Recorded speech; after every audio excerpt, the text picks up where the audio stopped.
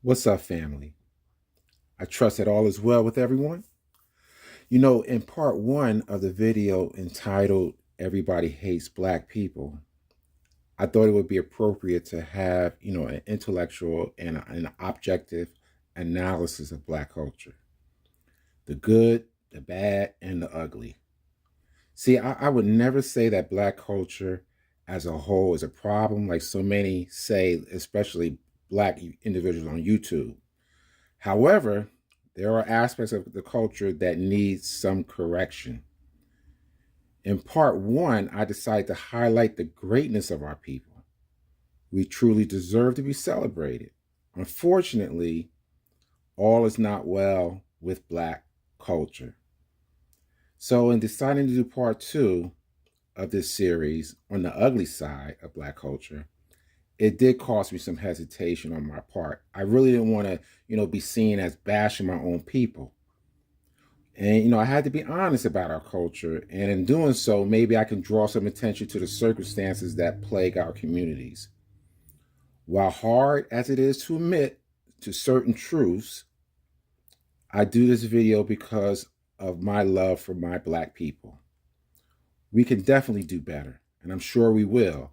In time, I'm sure we will. So, with that being said, let's get into it. Things have gotten so bad in our communities that we're killing ourselves. More than the white man used to kill us back in the day. Things are out of control. We lost our moral compass. We got to do better as a people if we want to continue to progress in this society.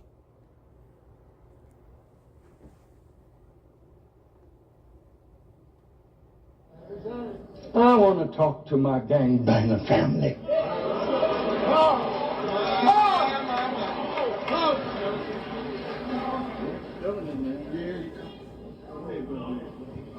You make it very difficult for me. Go ahead, say that. Go ahead. In the 60s, we knew who the enemy was. But in 2007, you're the enemy. It's black people killing black people. Black people robbing black people. Black people raping black people. I'm talking to you. Go ahead.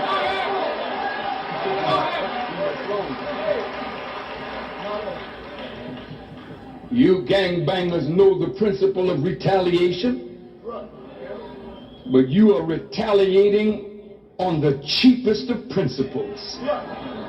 You're not retaliating because of oppression, injustice. You're retaliating because you don't like the color that your brother is wearing. You don't like the gang that he's a part of. You don't like the area of the city that he comes from, and he may be encroaching upon your drug market, so you retaliate. We are not talking about that. And I cannot call for retaliation in matters of the slain when you have become the number one slayers of yourself and your own people.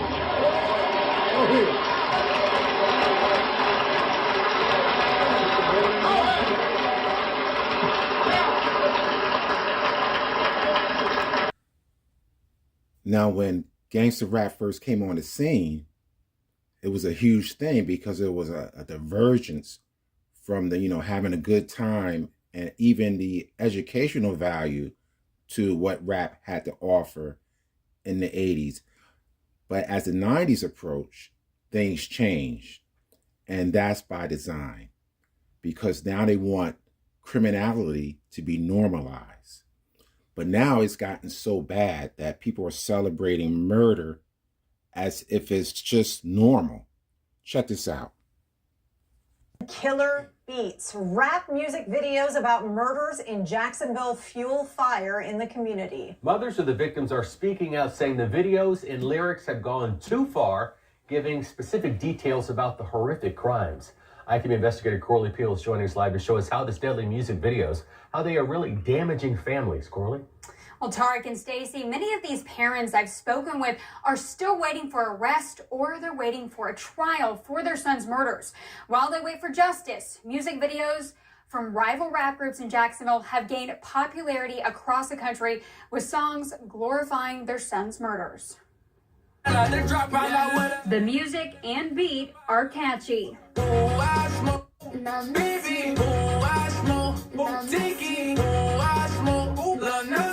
Gaining millions of views and plays on YouTube and streaming services.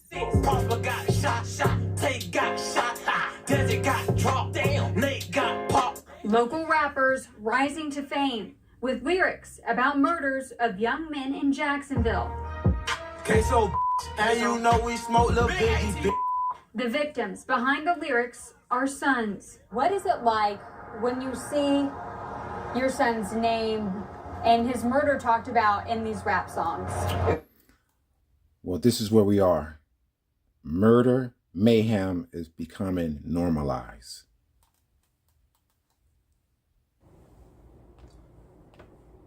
You walking with that thong in your behind. And now it's the ass shaking contest. Yes, you know what I'm saying. It ain't a brain moving contest. It's an ass shaking contest.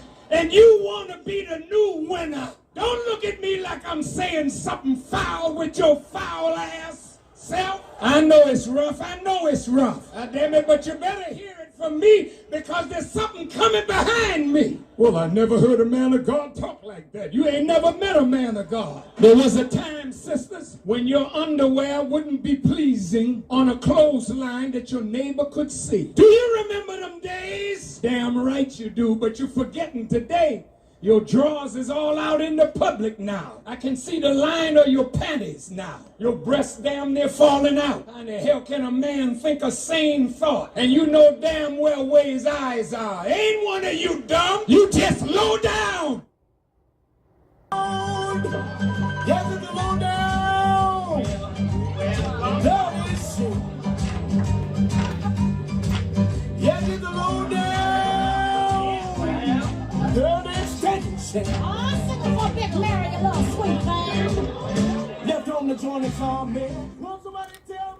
I hate to say it, but this is what some of black culture has devolved into.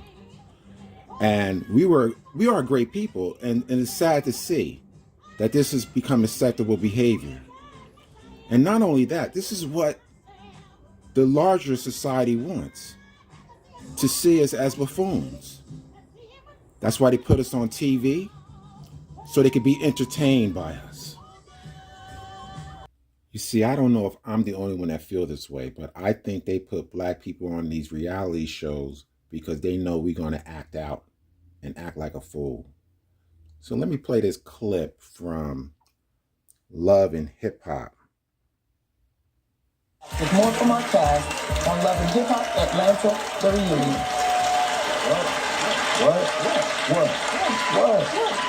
What? Don't do that with all these securities. Don't do that with all these securities. Yeah. Just do that out there. No, we do it right now. We can do it right now. Can't do it. Let's do it now. Let's do it. Let's do it. Come on here, bitch. Come on. Bitch. You, yo, bitch. Bitch. Look out. Get off me. Get off me. Get off me. Get off me. Get off me. So this is what we do. The white society, they love to see us act like this. It's embarrassing.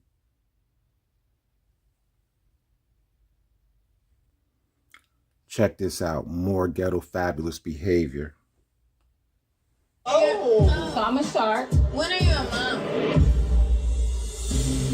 Did this chick just ask me when I'm a mom? I'm a mom all day, every day. Not that it's any of your business. You do this all the time? Like you meet girls and you come and hang out with them? I do it when I feel like it. You do whatever you feel. I do everything when I feel like being a mom?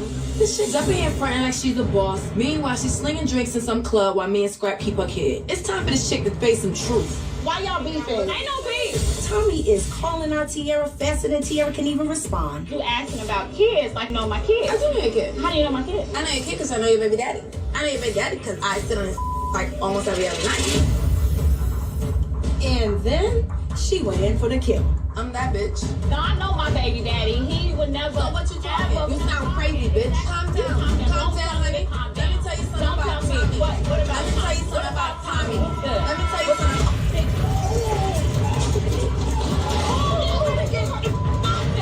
Chris and I are having a great time at this party. All of a sudden, I see these two women rolling around on the floor, beating each other up, and guess what? Well, that's what we have. Ghetto fabulous behavior. Is it just me, or does it appear that there's always a bunch of black people on these type of paternity shows and court shows, reality shows? And what I discovered, and what's obvious, the white corporate media feels that as black people are entertaining. They don't mind showing their ratchet ghetto self for a little bit of fame. And so they're willing to go on TV and basically embarrass themselves. Many of them don't even take in consideration just how bad they make black people look, because it's all about themselves. It's all about being selfish, not thinking about how they're being portrayed to the world. Now let's listen to an all too common theme of shows like this. Okay. Sure is. Sure is. Sure is.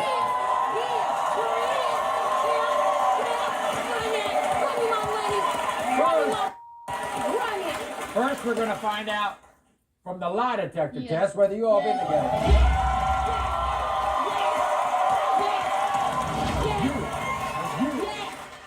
Tristan, we asked you, have you had sexual contact with Stacy? You said no. The lie detector test determined that was a lie.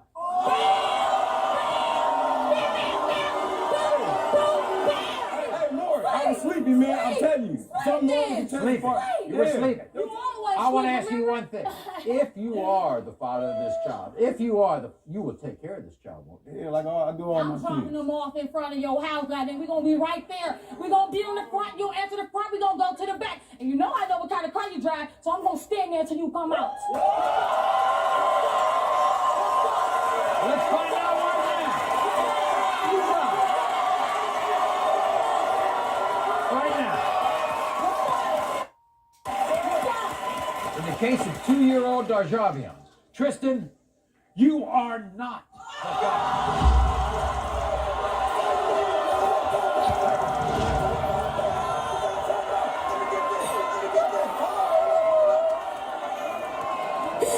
Very sorry. We will be glad to help you, but he's not the father. Well, this is what we have. We kind of know what to expect from shows like this. It just shows us in a very negative way. It's not a good look. These results were prepared by DNA Diagnostics, and they read as follows.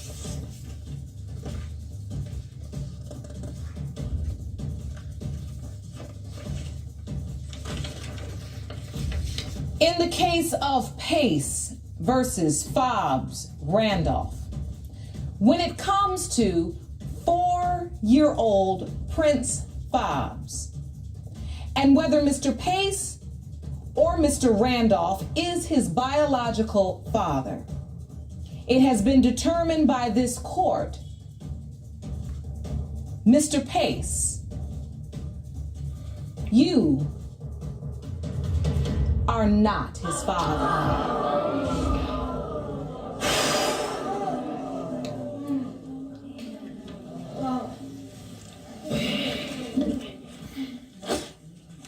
My bad, bro. Oh, man. So sorry. That's not what I wanted to hear. I'm so sorry. It's not right.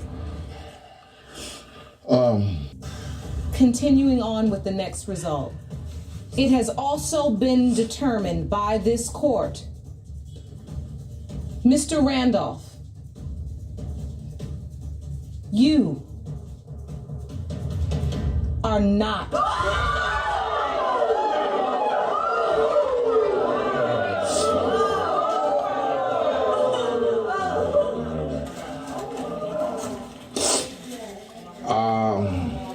apologize. Miss Fobbs? Whew. I don't know what to say. Do you know? Now, why do we do this? Why do we do this to ourselves as Black people? Put ourselves out there to basically be ridiculed. For what? What's the purpose? Think about your people and the image that you want to project to the world. As I stated in the beginning of this video, we have to bring light to the ugly side of Black culture if we can ever have a chance to fix it. It bothers me to knowing that the world associates Black people with criminality and immorality. We are portrayed as genetically inferior and prone to violence and ratchet behavior. Clearly, that's not the case. The evidence of that lie is when Black people have the opportunity to have economic success and stability, criminality declines sharply. It's clear that poverty, drugs, hopelessness is at the root cause for the stagnation that exists in so many of our Black communities. Those of us who know better, we need to do better. So with that being said, peace and love to my Black family.